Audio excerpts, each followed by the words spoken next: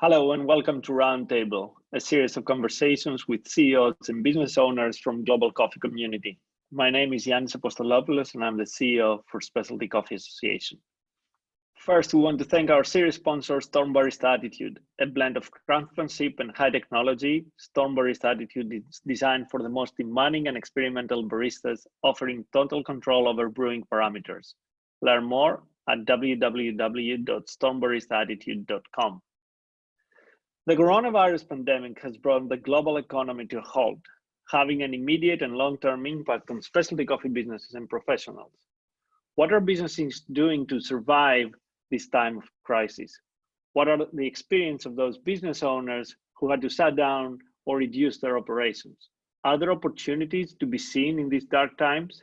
These are all questions we seek to answer in honest conversations with dozens of leaders in the industry over the next few weeks. In today's episode, I speak to coffee producers and producer representatives from all around the world. I hope you enjoy the conversation. Hello, everybody, and welcome to another Roundtable series episode. Today, it's an honor and a privilege to welcome a very distinguished panel. I would like to welcome Melanie Edwards from Myanmar and Behind the Leaf Coffee. Hello, Melanie. Hey. I would like to welcome Sam Demisse from Keffa Coffee. Hello, Sam. Nice to see you. Good to see you. I'd like to welcome Juan Luis Barrios from Finca La Merced. Hello, Juan Luis. Long time no see. Juan Luis is on our board of directors, so I had the opportunity to see him early last week. And finally, I would like to welcome a friend, Marcelo Flanzer from Ecoagrícola Coffee in Brazil. Hello, Marcelo. Hello, Yannis. Hello, everyone. So as you've all figured out, this is a coffee producers roundtable. And for me, it's really important to understand how these issues are developing throughout the supply chain. We've all identified that the two weakest links of every supply chain are the two ends of the supply chain. So we've seen the small, medium businesses and baristas in the US being affected and all around the world massively through this crisis. Now, how does this reflect to the people that they produce coffee and they're the most critical, I would say, part and chain of this link? So I would like to start with my first question here to understand how COVID-19 has challenged you and your business and how different these challenges has been from in every geographic region. I understand there are areas that they have been affected earlier, and we might be able to learn more about that. And as we go forward within this conversation, we'd like to understand more about the communities and how this has been affected and how the whole supply chain has been supporting you or not. So let me start with Melanie. Melanie, you want to start? Myanmar, I think, was in the Southeast Asia, an area that was impacted first from the coronavirus. Yes, Behind the Leaf Coffee can still be considered like a startup business. And compared to the other panelists that you have today, I'm just a newbie in the coffee industry. I don't even know what normal is supposed to be. So our team started in about 2016 and we exported 2 tons of specialty with about 100 farmers. And this year we're up to 30 tons specialty with over 1,000 farmers. And I mean, we're part of a grassroots team. And even though the coffee volume has increased, we have maintained excellent quality. And I really didn't think that we would have a problem exporting all of it and in a timely manner. But we didn't see the COVID-19 coming. And I mean, fortunately for us in Myanmar, the harvest is complete. And the roasters, the importers have already come for origin tours and cupping, but no contracts have been signed yet. And now it's hard for buyers to know when and how the economy is going to open. Without this knowledge, they can't commit to buying and signing contracts. So it's difficult, and we want to honor our returning customers and wait for them to decide before we go and try to find new customers, but we also can't wait too long. and we need to sell our coffee. But another challenge for us here in Myanmar has been getting labor for processing and hand sorting, because we had to shut the factory for a time, and then we had to be creative and make new space for the hand sorters so they could spread out and work. And the laborers that we had from other villages weren't allowed to come in because of quarantine restrictions. And the last challenge is really logistics. So for example, we've ordered jute bags from a neighboring country and they still haven't arrived. And we want to start the exporting in June. So that's some of our challenges here.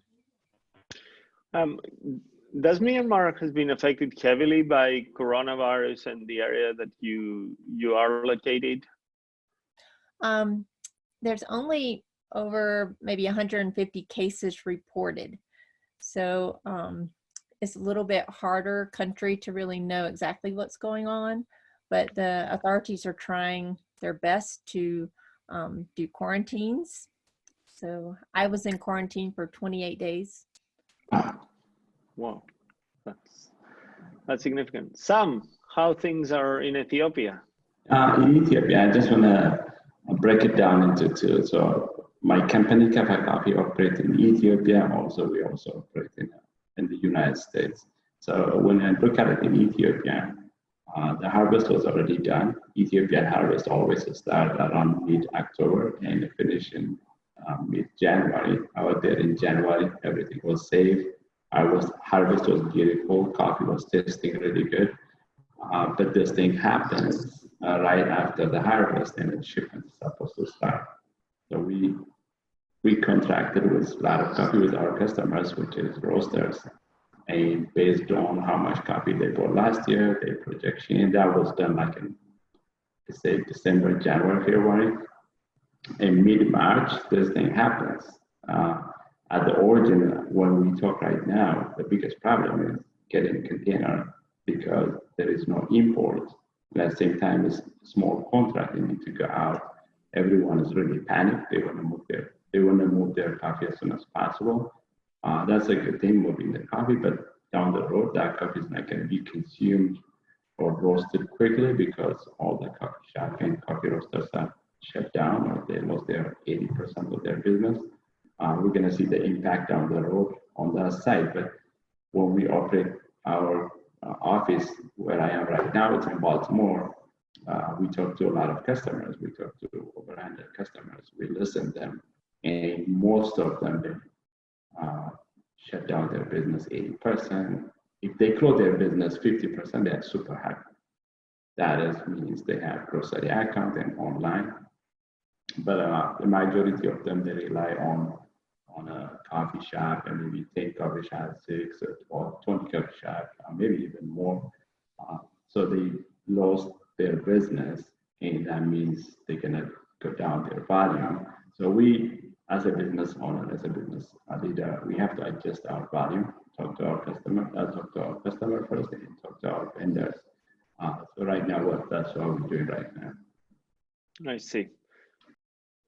So Juan Luis, coming to a different part of the world, let's see how Latin America is performing. I think there is completely different approaches from what we have heard in terms of how government and how things are in Latin America at this very moment. Yeah, and I'll talk obviously Guatemala, and then just the neighboring countries, Mexico, Honduras, Salvador, even Nicaragua, have taken completely different approaches. Salvador was the first one to a full lockdown before everybody else. That has had a certain effect. In the case of Guatemala, the first week after the first case was reported, basically all we did was, okay, it's going to be a state of emergency, and everybody should just try to work from home. That was step number one. 1 week later, that's when we started with lockdowns and curfews and things like that. Obviously, being in the ag sector, it's one of the necessary activities. So agriculture was allowed to continue to work. However, as the pandemic continued to spread and they started to tighten some of the controls and movement, it had gotten a lot more difficult to be able to move workers in agriculture in general. In my case, I was still not done with my harvest. So my pickers come from literally my neighboring community. So they can actually walk to work. So I didn't need to necessarily find a form of transportation, safe transportation. But within the community leaders also started to tighten their controls. And so many of the pickers stopped showing up because some of the community leaders would say, no, if you're going to leave the community, you can't come back. Again, there's a lot of uncertainty and a lack of knowledge of the pandemic on how to best try to be safe and mitigate the effects. So I actually ended up my harvest this past Tuesday, which is about 2 to 3 weeks after when I should have. But at least this was the tail end of the harvest, so it wasn't too bad. My main issue has been I haven't been able to move the coffee from the farm to the dry mill because I have to go through the neighboring community, and the neighboring community has put up additional controls, which are not governmental, but they're there, and so I couldn't risk the coffee. Part of that challenge is that because I can't move the coffee to the dry mill, I haven't been able to start sending pre-ship samples. I can't send pre-ship samples. I can't get approvals. If I don't get approvals, I can't start to book or attempt to book spaces on containers. There's a shortage of containers. So, you start to stress a little bit about, okay, when am I finally going to be able to, get this coffee on the water and get it shipped in order to get paid? Because obviously our cash flow cycle, because we are in the specialty industry, we don't get paid until the coffee is shipped. We do direct trade, so it's not like I can start to tell my customers, oh yeah, can you send me an advance check? So there could be some cash flow issues there. But by and large, with conversations with my customers, I have to feel extremely fortunate in compared to many of my friends and fellow farmers. Several of them are having very difficult challenges. They have gotten full container load contracts canceled. And, all of a sudden, they were producing 3 containers, 2 containers get canceled. And naturally the financial model is based on selling at a highly differentiated price. C market is not contributing. So there will be some financial pressures as well. Yeah, that's in general some of the challenges. At least moving, I haven't had an issue so far with let's say supplier of bags and ute bags. Those were already in country, those have been a little bit easier to get delivered. It's movement within some of the rural areas that gets a little bit tricky. Very interesting. Going to Marcelo, I would like to understand a bit more, you are in Minas Gerais, the biggest coffee producing area in the world. You have a really sophisticated farm. So in Brazil, it's really a country that has shown lots of strength on supporting the coffee industry and the coffee production there. So how is that experience and how the coronavirus has impacted your business till today? Okay. Brazil and Minas Gerais are many different scenarios. There are some farms that are more mechanized like ours, and some farms that are 100% hand picking. I will say on our perspective first, and then I can share of other friends and colleagues what they're facing. In our case, when the pandemic started, our first measures were to concern with the safety of our team. And so we did a series of talks at the farm and at the office, explaining the situation because it was somewhat new. A lot of people in the interior of the country didn't know much about it. It was a surprise for them.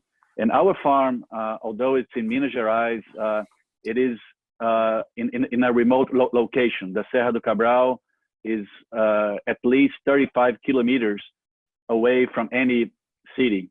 So we are kind of safe there. And we did restricted a lot of visits. We constantly have visits of people, of clients, of technicians, and we restricted them all first. We also did these talks, and we were also just on the beginning of March, checking symptoms on all our team, temperature twice daily. We did measures of extra cleaning and extra preparation. We have buses coming on Mondays and going back on Fridays, and we split the team to travel, so there's more distancing from each other, using masks, all those things. Also, in our office in Rio de Janeiro, where we have the export business, we started home office since March 16, so everybody's at home. And the second thing that we thought of doing is we thought, well, if this gets worse, if there's logistical problems, let's anticipate all the needs that we have at the farm. So we bought food for the canteen and parts and equipment for the next 4 months. And that we haven't been facing many problems in terms of logistics, just some punctual ones. Like for instance, we had equipment that should have arrived 3 weeks ago, and they haven't arrived yet. We're kind of worried if they will arrive before harvest. We are beginning our harvest in about 2 to 3 weeks, so we're still on the preparation part. We've been facing challenges on selling coffee. There was still some coffee that was supposed to be shipped to Europe, and one of those was postponed. So it's not majority of our production now. It's just a few containers, but we're kind of worried if this will keep going. And this is our case. I mean, I think we are pretty much prepared. There hasn't been any case in a radius of 100 kilometers out of our farm, so I think we're kind of safe there. As I said, Brazil is a big country, has different situations. In big cities like Rio de Janeiro, São Paulo, almost everyone is in lockdown, people working from home, all stores and things closed, as in many other countries. Only supermarkets, pharmacies are open. So we're facing different challenges. And what I see from my colleagues and other farmers that rely on more workforce is that they might have difficulties, like Juan told us, of having pickers going to the farms in terms of transportation of people staying there. So the harvest in Brazil is starting now. So now we're kind of seeing what's really going on. Up to now, it was we were thinking what could have happened, and now we're facing these problems. I'm not sure if a farm that relies 100% on pickers will have big issues of having people there, and also health problems with these pickers. we at Ecoagrícola, as we are in this remote location, all our workers live around the farm. We haven't had any problem, and I think we're not having any problems because the cities are small, and the leaders there, they are controlling people entering from outside. But I'm worried in Brazil as general that there could be major problems in terms of picking coffee and possibly in terms of logistics. I don't know if you guys heard, but in the beginning of the pandemic, the Santos port, which is the biggest port in Brazil, they thought of closing the port. In the end, they did not close. It was the situation was okay, but I think that it is a risk. We as farmers and business people, we have to look at the worst case scenarios always to be prepared to them. And I don't think this is going to happen. I don't think there's going to be a major logistic problem, but it could. So that's our view. That's very interesting, because that gets me to the next point that I would like to discuss with you, because you're talking about the logistics problems. We've heard in Africa over the last month that borders were closed, not only for transportation of movement of people, but also movement from goods. So we know it's a fact now that coffee has been sitting on the borders between Rwanda and Kenya. The Mombasa port was completely blocked out of access for the period of Easter. So no goods were allowed or people to approach Mombasa. And we have seen those disruptions happening in Africa. And from what I've been hearing, one common thing here is access to containers and how you're able to move goods out of the country. But I understand the health issue and the humanitarian issue. Juan Luis, though, put a very interesting perspective that I would like to discuss with you, and that has to do with the financial viability for you as a farmers. We've known that for many years now, and we have discussed that also from the SEA perspective, the price crisis response that we did last year. The seed market prices are not reflecting what is the cost of production or the cost of living in some cases, or most of the cases. And we're talking also about specialty coffee. So Sam, going to you first, because you said you have completed harvest, but I guess there are more into this when it comes to the financial viability. You have, apart from labor, you have fertilizers, you have other suppliers, you have the logistics. How does the financials add up now that there is that delay on the market? There is the demand is collapsing, the supply is facing some disruptions there. Like, how the rest of your stakeholders, internal and external, are supporting you to keep that business viable?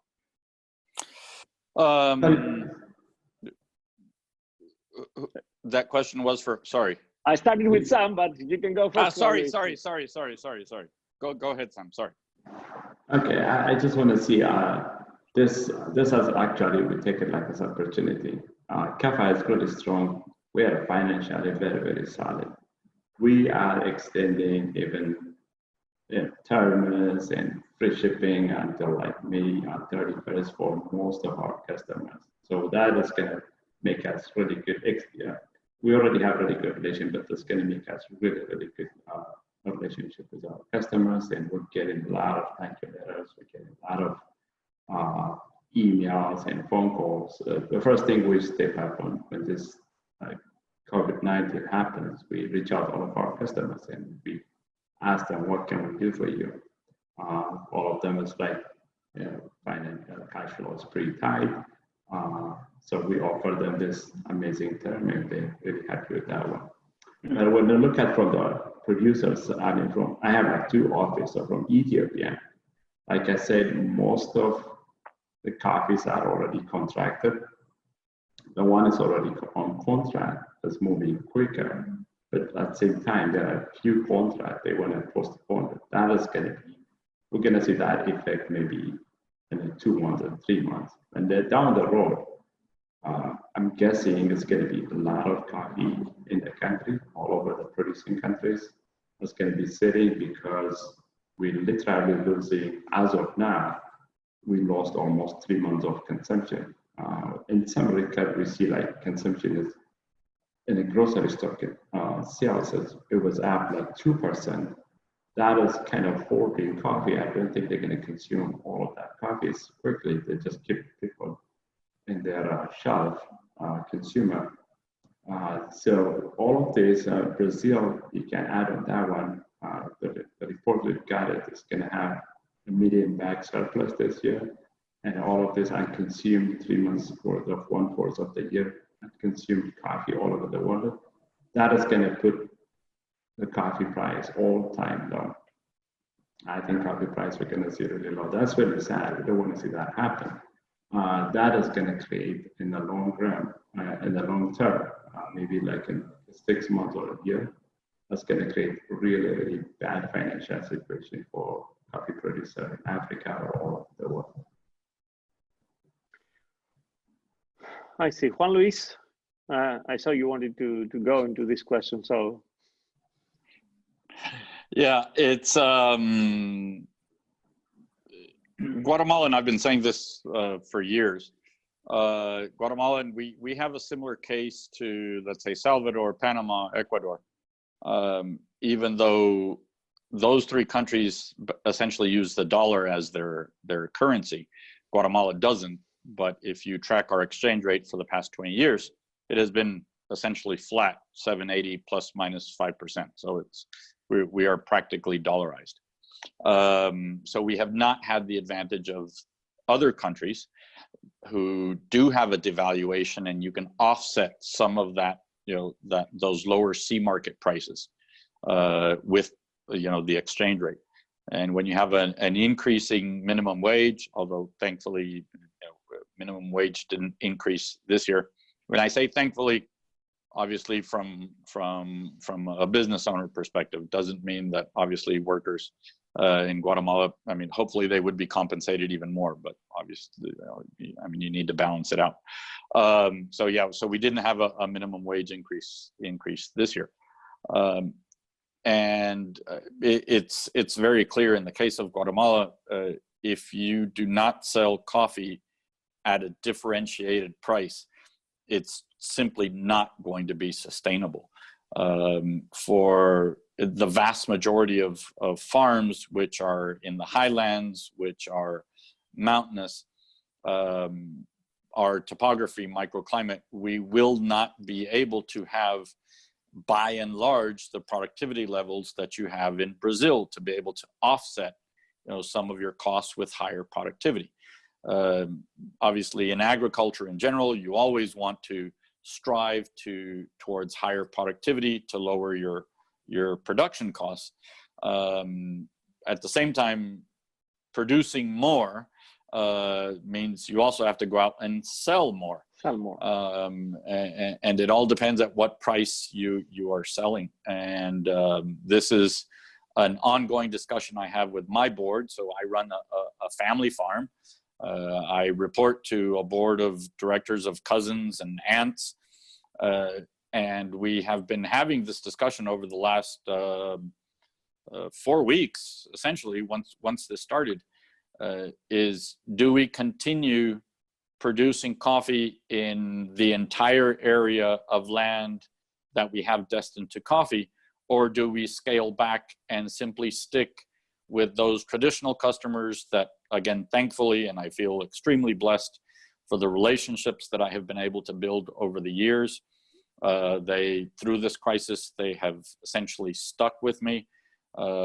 Maybe a little bit of pullback, but they're not still quite sure.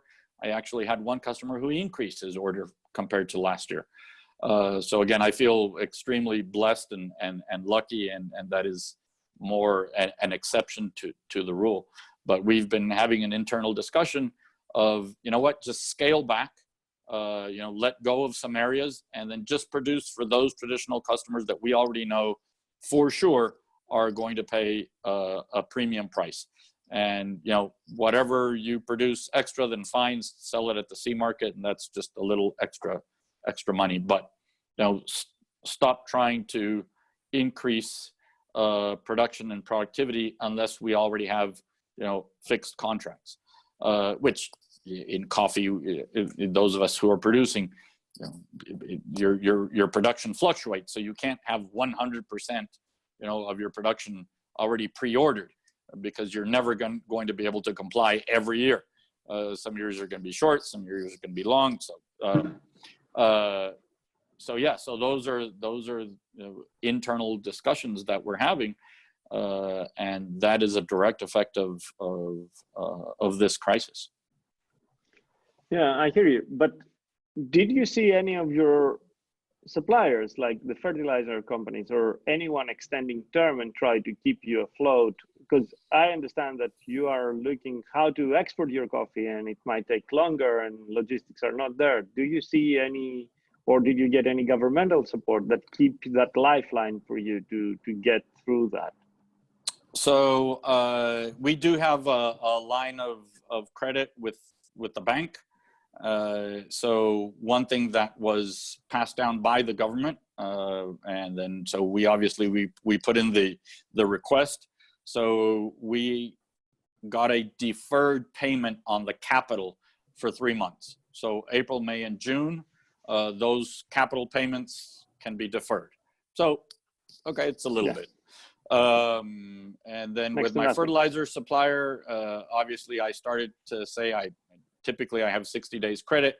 I said, guys, given the circumstance, and I may end up shipping a little bit later, so my cash flow, do you think I can get 90 days?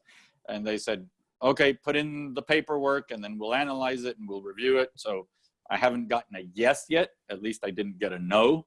So those are still, ongoing discussions. But the main, our main expense, essentially from May through December, aside from fertilizer, is labor. And I can't defer payment on labor, obviously. So it's still there's still quite a bit of tightness there, possibly on cash flow. Yeah, and that's why I asked, because I know it's labor, the main cash, the need for cash goes towards labor first and the rest. And that's why I was trying to figure out if you get any support from anyone, because I don't expect also your customers to say, hey, I'm going to prepay you to help your cash flow. Like, we know how things work. So Melanie, we heard from Sam, we heard from Juan Luis. You said you're producing specialty coffee mostly. And I wanted to ask you, like, in terms of your financial viability, how worried you are. We've heard stories from analysts saying that given the situation and the consumption of coffee going down, especially on small, medium businesses and small coffee roasters, were traditionally are the roasters for specialty coffee. We might see specialty coffee demand going down. Therefore, some of the specialty coffee in stock might have to be sold near to commodity prices if you can stock it, or if you can actually trade it. So what is their feeling from your side on this one? Because I heard you saying in the beginning, well, we're trying to find new customers and it's a difficult, or we might have to find new customers, and it's a difficult period now. Yeah, I'm a little bit worried because it is specialty and we don't have the high production and it's high cost of production, but we have already paid all the farmers. So now it's only as producer that we need to make the sale. So come back and ask me in a couple of months if we were able to sell it all. So yeah, and then we also do a little bit of in-country sales. We roast and sell in country, and so that's kind of our day-to-day. cash, which is also stopped right now. So there's we're not able to roast or sell in country at the moment. But yeah, so we're very small compared to everyone else, but we have to sell at the specialty rate. So we pay the farmers more than what the commodity price is. So do you get any support from the government? No, I haven't asked for that. And most of our buyers are have gone down in what they've asked for, or they put us on hold. And so I can understand that too. But I think now we're going to have to change and look at trying to sell more volume to less customers, I think. So before we spread it out and we sold to a lot of different countries, just very small lots. So we'll look at changing some of that maybe in the future. No, that's a different approach, and this is what Juan Luis is saying. Like focusing on your core customers might be a small way out of that. So Marcelo, you've been hearing your fellow colleagues here that they have already done harvest and they're facing the second phase of this crisis. I also find it very interesting. Brazil was one of the last countries to take measures in the coronavirus. The government there has been in the news for engaging with that later, like in the US. It was local communities and businesses that took the initiative to protect people. So how do you think the financial viability for your farm, given that you are on a different scale, looks like for the year, and what are the key cash flow elements there? Okay, well, as Sam told you, we also at Ecoagrícola, we are solid and prepared to face this situation, even if there is a shortage of sales in the short term. We have more fixed workers at the farm and less pickers that we hired during harvest. So one thing that we did on the beginning of this pandemic, we told all the team that no job would be lost at all. The company would stick with us all and face this problem, and that was very important for the morale of the team. They were secure that we're on our capability, would be taking care of them and not letting anyone go. The government has issued a few aids to companies, but it's a bit bureaucratic. And we decided to face it with our own resources. I've been talking to clients. We've been growing in the international market every year. And maybe this year, we're not gonna grow as we've been growing over the last 4 or 5 years. Maybe we'll have the same sales or a little bit less.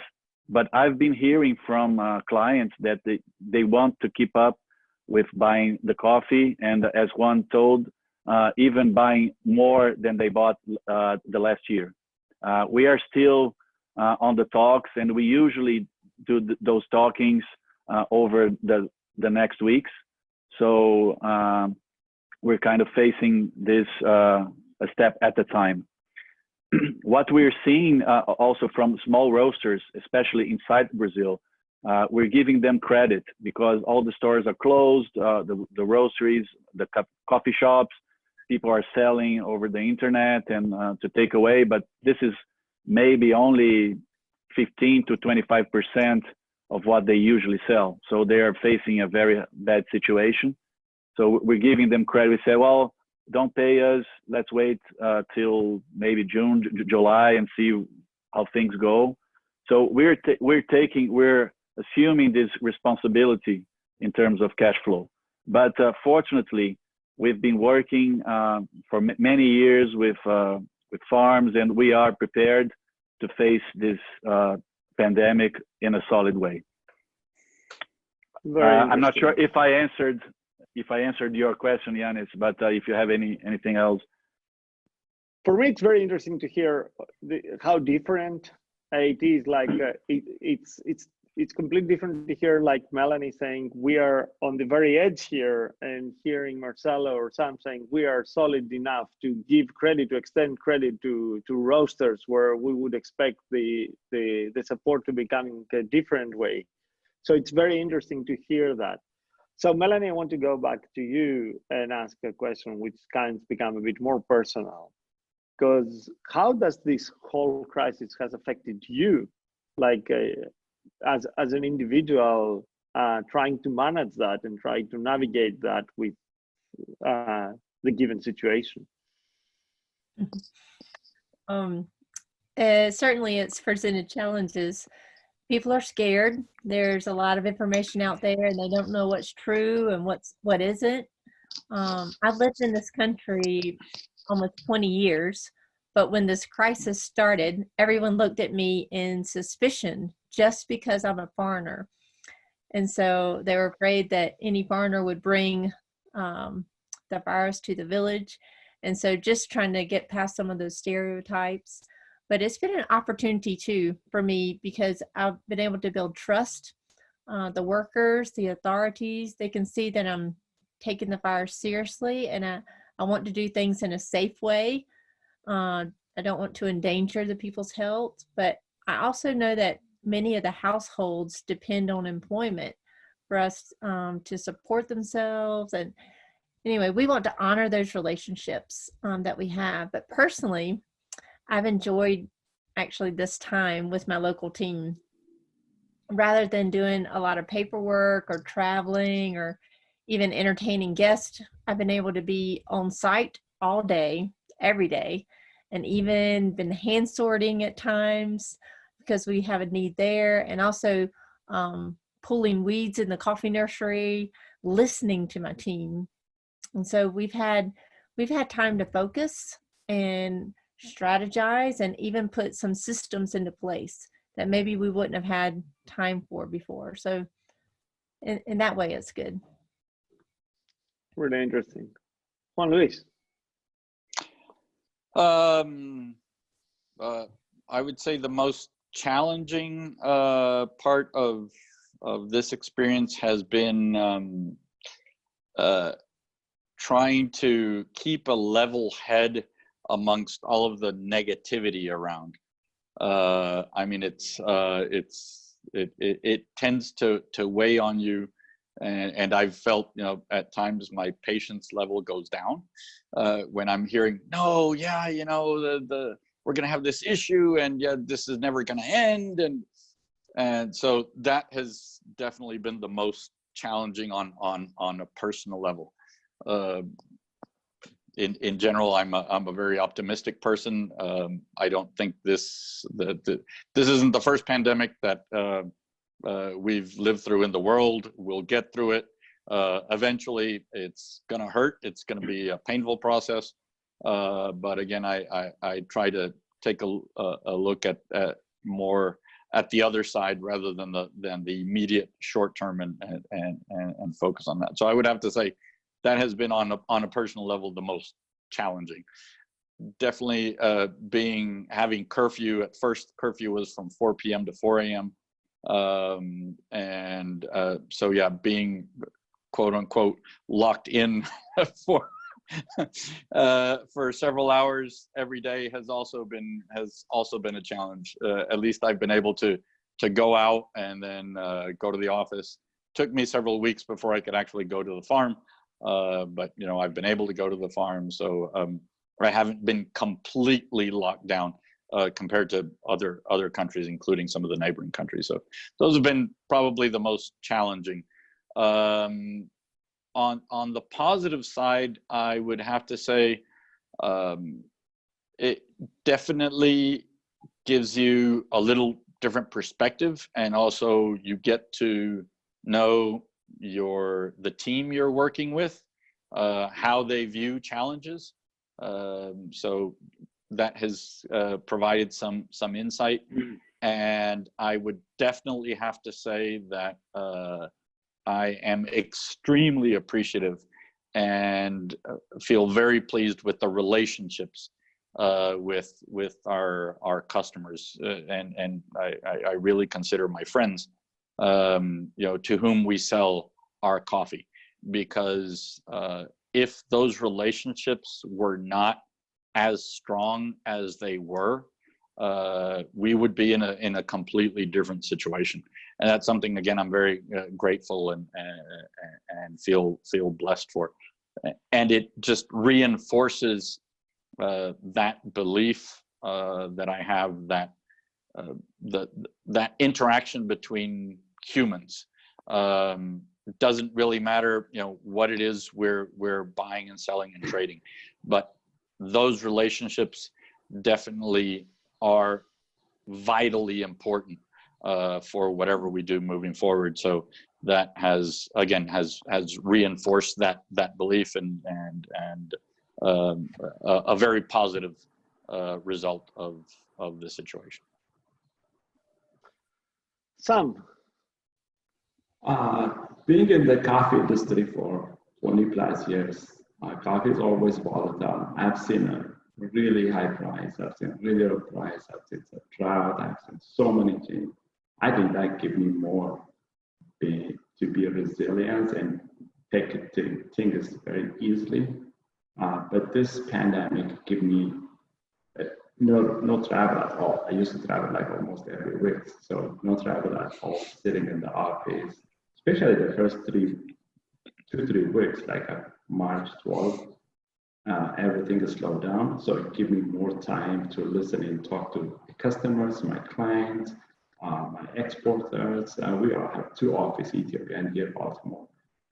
Give me a lot of time, actually, and talk to my team in Baltimore as well. We have 6 team in the office, different responsibilities. Some of them has been with the company for a long time. On the good days, without stress of this kind of pandemic, they're always doing amazing job. But some of them, they can't take those kind of stress or pandemic or anything. They might have something at home as well. But what we make and what we did the changes, we usually have every week or bi-weekly meeting. But during that time, every morning, 9 o'clock, I have a meeting with them and make sure everybody's going to be safe. We have a lot of safety measures here. None of them are going to lose their job. So that gives me more time to know, even though they've been with me like 6-7 years, but it gives me more to know them, and also to bring them like calm down and think positive and could have really good vibe in the office. And thankfully, they all come back. I mean, it's a human, so you can't blame them. The other thing on my personal thing is like, since I'm always traveling, always working, and things are moving extremely fast, it's still moving. We're thankful. We have good number of customers. They've been with us 10 plus years, and they're still supporting us. But because I travel a lot for visit customers, we also buy 6 plus other origins. We buy from different countries. So when I travel, I have 2 beautiful daughters at home, and when I go home, I don't have any friends. So those my kids are my friends. I spend my time with them, but I didn't have time to have a breakfast because I work 7 days a week. The only day I don't work is on Christmas Day. So that's the only time. But now I can take at least a day off on Sunday, which I still work 6 days a week, but I can take a day off on Sunday and have breakfast with them and have a little more time. And also think about the community. We are a community people. We did a lot of things for the community. I ordered a bunch of thousands of face masks to give out for homeless people in Baltimore. We send thousands of hand sanitizer to Ethiopia. This thing, it make me pause. I'm always a community. I'm not always the nice person, but it's add me to think about like we need to step up and do this. Talk to customers, talk to community. Anything past, I mean, it's like, this is not the worst. It's always there's a light at the end of the tunnel, and this tunnel is not too long. I've been in the longest tunnel, which was the recession in 2008, 2009, 2004, up to 2011. really long. Anyone can sustain past that time. They'll make it this one. This one is like I always, when I talk to customer, take it easy. This is very easy. It's not here. It's 2 months only. We go back everything back to the track. And when it comes back, I think it's going to be really big because we're all going to do well. Everything's going to go back to normal. So I take it as a positive thing. Life is, once it passes, everything is experience. So this is a great experience for me. It adds a little bit of experience on my previous 20 plus years. I never seen this kind of pandemic, but I've seen a lot of up and down. So I take it easy. I'm happy. Very interesting. Thank you. It's very interesting to hear that positivity. I feel it's a marathon where you don't know where the finish line is. To hear from you, it's gonna be like that is a message of positivity that I really want to embrace and believe. And I do hope that you're right, because that's challenging, I think, for everybody. Marcelo, how has been for you, your brother, it's a family business, and how it feels for you? Well, on a personal point of view, we're all afraid of course, of the pandemic, of how far this could get, and with family, elder people, and with our friends and team and everybody else. Of course, we are afraid and taking all the measures. But what I think, I'm also very optimistic, and what I think the positive side of all this situation, and it has brought us all a greater sense of collaboration and solidarity. So I've been seeing myself and our company working not only for us, but also for other people and other companies. There was an idea of one member of the team, and we embraced, we started to donate coffee. We are not roasters, we are only coffee growers, but we have a small roaster at the farm. So we started to donate coffee to hospitals and health professionals in 5 small cities around our farm. And that was so nice, where all the team was very happy to do that and see the energy of coffee helping those professionals do their work. That was very nice.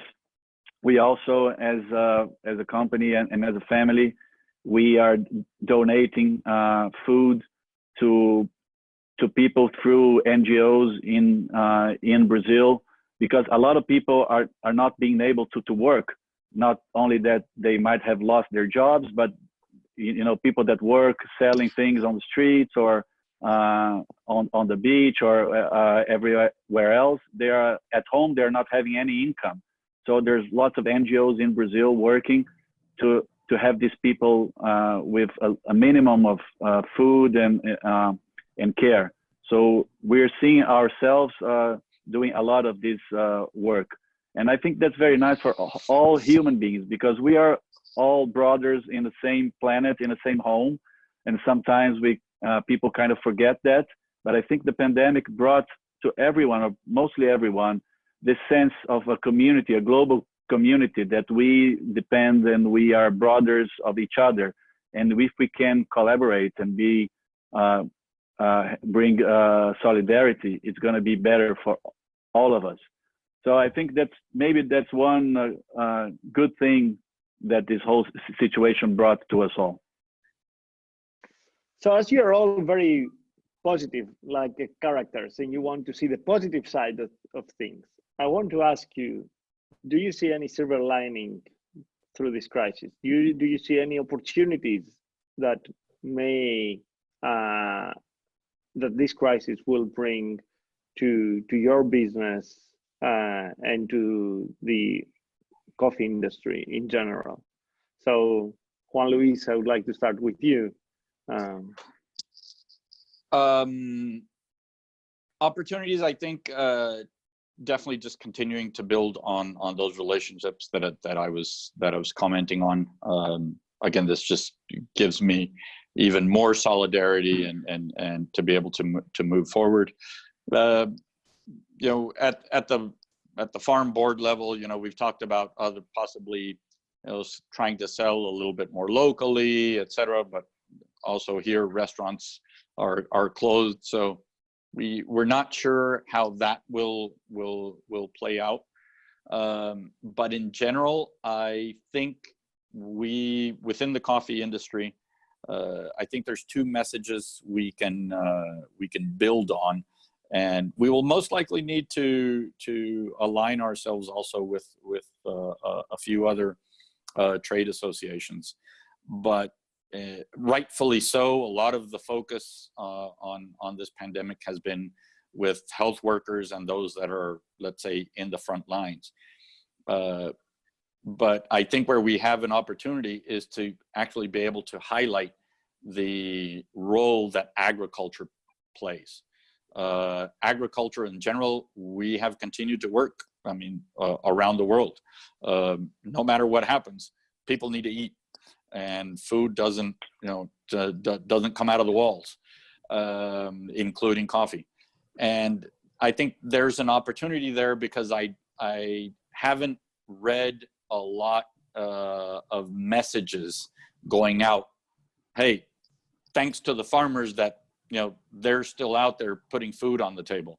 They're still out there making sure that everybody's fed, even though, you know, they're in lockdown. So I think that's one opportunity, and the other one is building on, you know, some of the things that have been going on around social media about the effects on climate and the environment this lockdown has had in various different places. And particularly in the case of coffee, and at least those of us that have different agroforestry systems or shade grown coffee, and this is nothing against a fully sun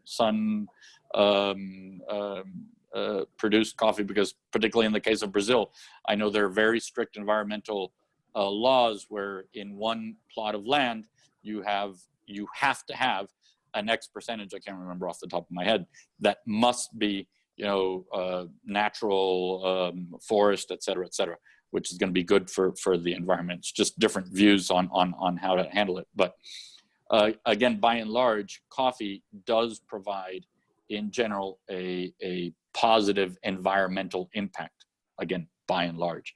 And I think that's the second message, particularly in the case of coffee, that we can also build on, given, you know, this wave of climate change. So those are a couple of possibilities I see. You said something very interesting there. Do you feel, because Melanie said that before, I have also the feeling that this will also make people value things differently and will expose some weaknesses on current systems. So we're talking about for example, the C market and the futures there, but we've heard that new future contracts are being signed at this moment because nobody knows when they're going to be fulfilled or how they're going to be fulfilled. Will those also bring into table discussions for the future, how futures work, how markets work, what would value in the supply chain, and how we value the actual agricultural products or commodities? Do you feel that this is an imminent discussion during or after this pandemic? I think it will be an imminent discussion, particularly at least the U.S. market, which I follow a little bit closer. There have been essentially supply issues with milk, beef, pork, poultry. There will be a shortage with some of the vegetables because those farms also have not been able to bring in workers to harvest. So I do believe the U.S. market and consumers are going to feel very soon the pinch, because there's going to be an increase in their costs of agricultural of food in general, because there have been interruptions in the supply chain. And my hope is this will highlight, again, the importance of agriculture in making sure everybody's fed and well, because again, nutrition is a major role in making sure we're healthy. So, you know, it is a holistic view. And I do believe that conversation will be sooner rather than later, especially when prices start to go up dramatically, because I do think there's going to be a significant increase in the cost of food in the U.S.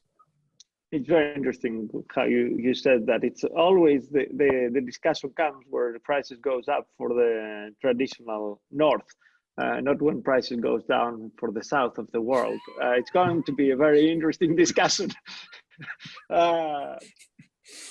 Sam, where do you see the silver linings and the opportunities, and what do you feel about that discussion we just had with Juan Luis?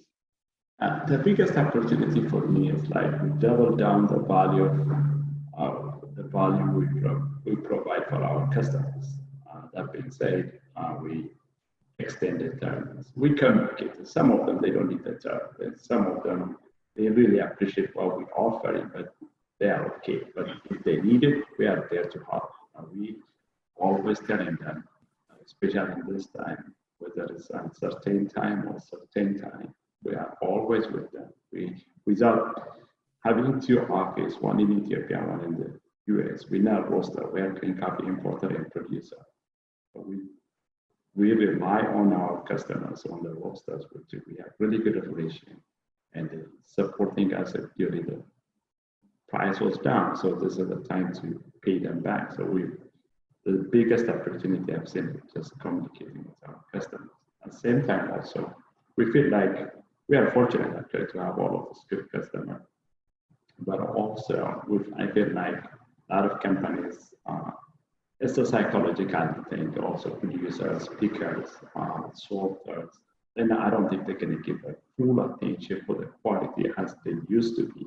So we step up on that one. We make sure we have our standard, we're going to keep even elevate our quality to the next level. That's, I think, the greatest opportunity I've seen so far.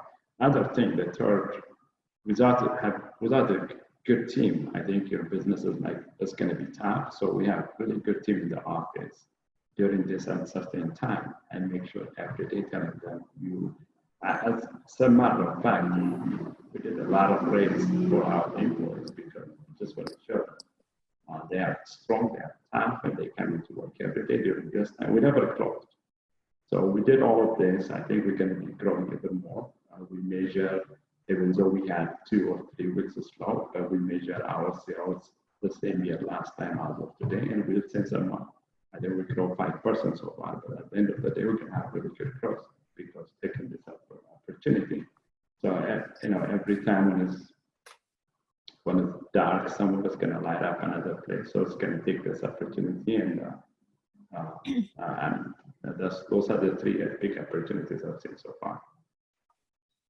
Thank you. Melanie, going to you, do you see any opportunities on this one? And do you feel there will be also a systemic change? I think as for opportunities, my biggest opportunity and success is similar to my brothers. What they've said today is to invest in the people around me and in my team, in the farmers. And I'm really thankful and I'm really blessed because the green bean buyers that I do have from the US, Canada, Australia, Singapore, Europe, they have all reached out to me and they have showed concern, and they know a lot of my farmers by name. They've all been here. And so that relationship is really, really key and is really important.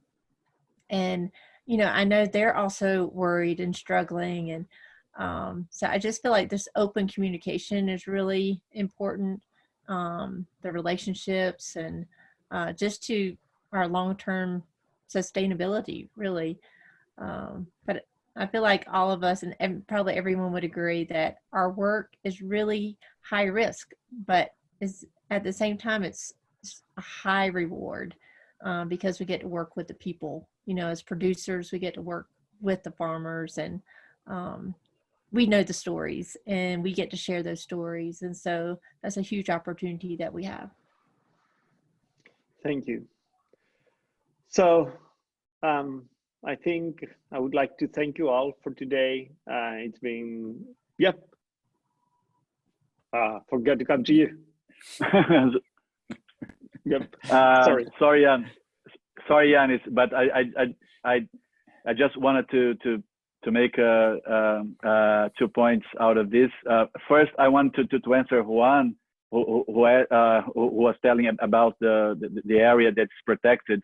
In Brazil, by law, every farm has to have 20% of the area as protection land, at least 20%. We at Ecoagrícola, we have more than 50% of the land protected, although we have direct sun coffee growing, but we have a lot of land of protection of nature with lots of streams of animals living there that we are very happy to and blessed to have that.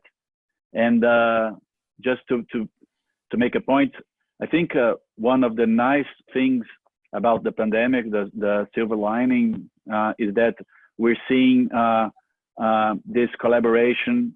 We're very blessed to have partners. They're take care of us. They're reaching out to us, asking if we need anything. We are reaching out to them. The smaller ones we're helping. The bigger ones are helping us. So I think this collaboration with all the community, all the coffee community, and all the general community is something that might change the course of humanity. I think what we're facing is really changing the course of humanity in many ways, and I hope the collaboration and solidarity will increase. Yeah, that's a great wish. We all hope that humanity becomes better after this one. We start value things that are really to value, and not things that are supposed to be valued. So yes. Thank you all so much for this one. It has been a pleasure, again, and an honor to have you on this panel. And I hope that everybody who will watch this episode will enjoy as much as I do. So thank you so much. Thank you very much. Thank you. Thank you all everyone. so much.